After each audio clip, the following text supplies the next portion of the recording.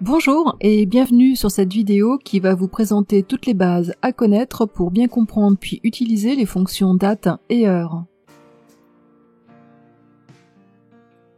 L'ensemble de vos calculs qui comprendront des fonctions date et heure reposeront sur des nombres entiers pour les dates et des décimales pour les heures.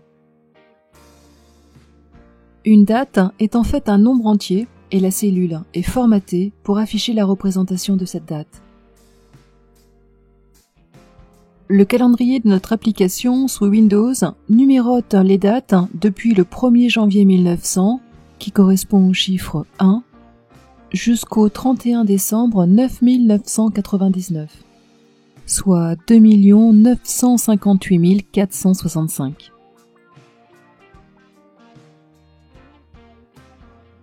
Attention si vous ouvrez un classeur créé sous un autre système d'exploitation.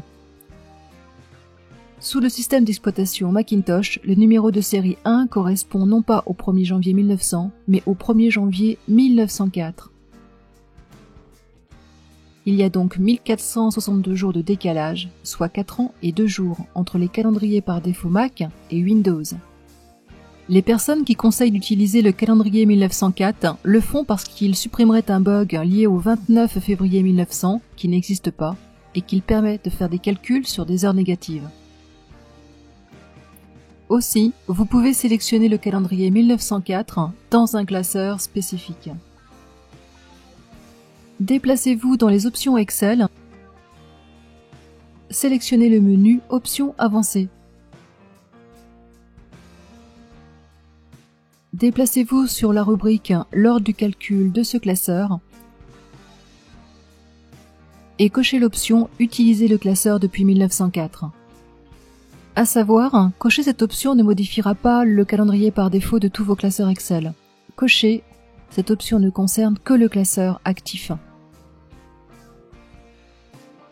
En tant que date, la valeur 1 correspond à un jour de votre calendrier.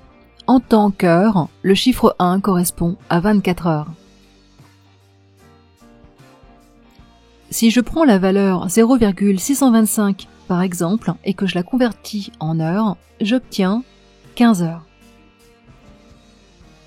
Vous l'avez compris, si je recherche le ratio de 15 sur 24, j'obtiens bien en valeur 0,625. Le chiffre 1 équivaut à 24 heures.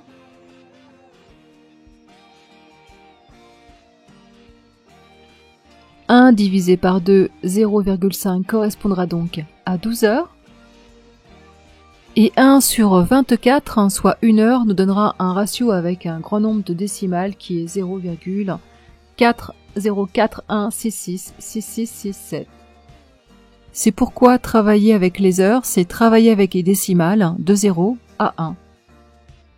Vous retrouverez l'ensemble des fonctions date et heure dans la catégorie du même nom de la bibliothèque des fonctions de votre onglet Formule du ruban.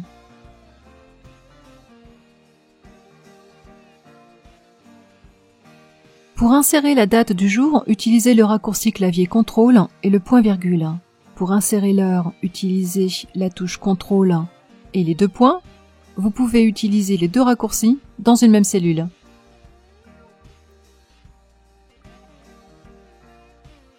Pour cette vidéo, ce sera tout. Concernant la suivante, ce sera sur les formats, l'essentiel toujours sur les fonctions date et heure. Aussi, à bientôt pour cette prochaine vidéo.